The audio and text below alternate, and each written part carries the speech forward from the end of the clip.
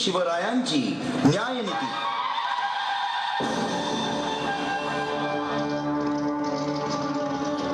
मोगल साम्राज्याचा काळसर्प महाराष्ट्र लक्ष्मीला पारतंत्र्याचा विळखा घालून अन्याय, अत्याचार, जुलूम, जबरदस्तीचे भयंकर फुटकार टाकत होता। यवनांचे कसले राक्षसांचे राज्य होते ते। आया बहिणी घरी होती। ज्या धर्मानं रयतेचं रक्षण करायचं तो क्षात्र धर्मही यवनांचे पाय चाटत होता आणि रयतेचं शोषण करण्यात मग्न होता। आता एकच आधार उरला होता, एकच प्रतीक्षा होती, ईश्वरी अवताराची।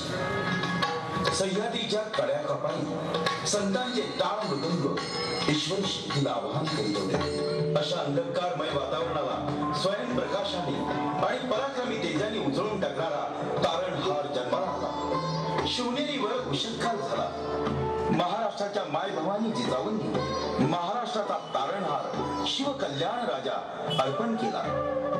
शिवरायांच्या रूपाने क्षात्र धर्म पुन्हा एकदा जागा झाला। शिवरायांचा दरबार भरला होता। राजमाता जिजाऊंसमवेत शिवराय रयतेच्या फिर्यादी ऐकत होते। त्यात एक फुटला,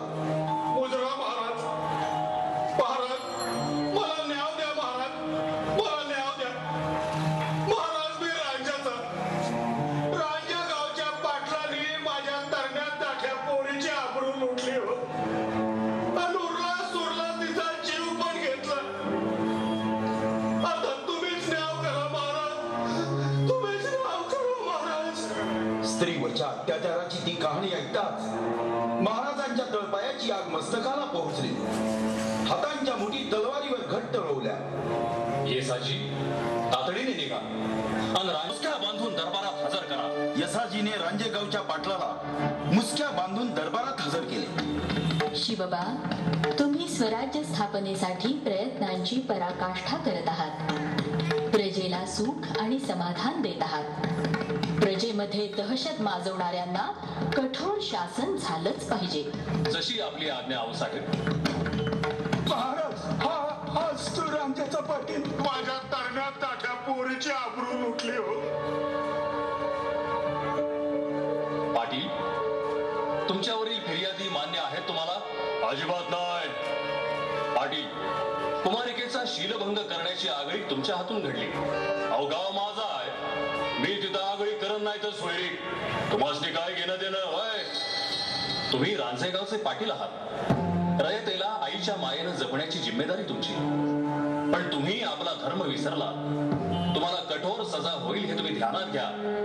तुम्ही कोण मला सजा देणार? तुम्ही कोण माझा न्याय निवाडा करणार? तुम्ही या खेड्यात पाय नका घालू। पाटील, रयतेने शिवरायांना आपला राजा केलाय, घराणी सोडवण्याचा अधिकार दिलाय। या नाही मानित याच राजा, रांच्याचा राजा मीच हाय। मला जा विचारायचं कारण नाही। तुमचा राजा तुम्ही बसा कवटाळत। बऱ्या बोलानं जाऊ द्या मला, जाऊ द्या मला।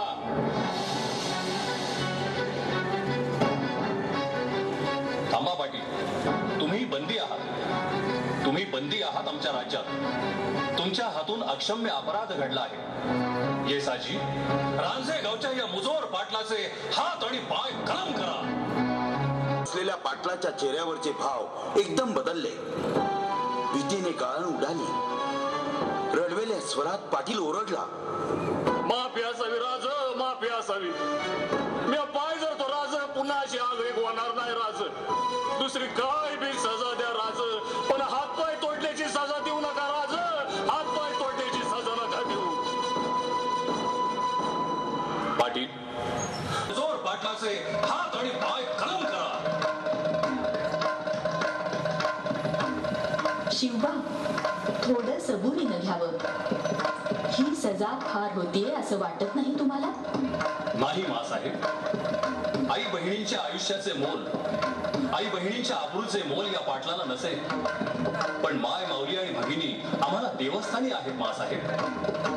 त्यांच्या आबरूवर प्रहार म्हणजे देवळातल्या मूर्तीवर प्रहार। या राज्यात कुणीही अशी आगळी करणार नाही, अशीच सजा फरमावायला हवी। येसाजी, आमच्या सुनावणीचे पालन करा। न्यायनीती कठोर। शिवरायांनी रांजेगावच्या पाटलाच्या मिदतवारीला न जुमानता त्याचे हातपाय तोडण्याची सजा सुनावली. नग नग महाराज, नग नग नग.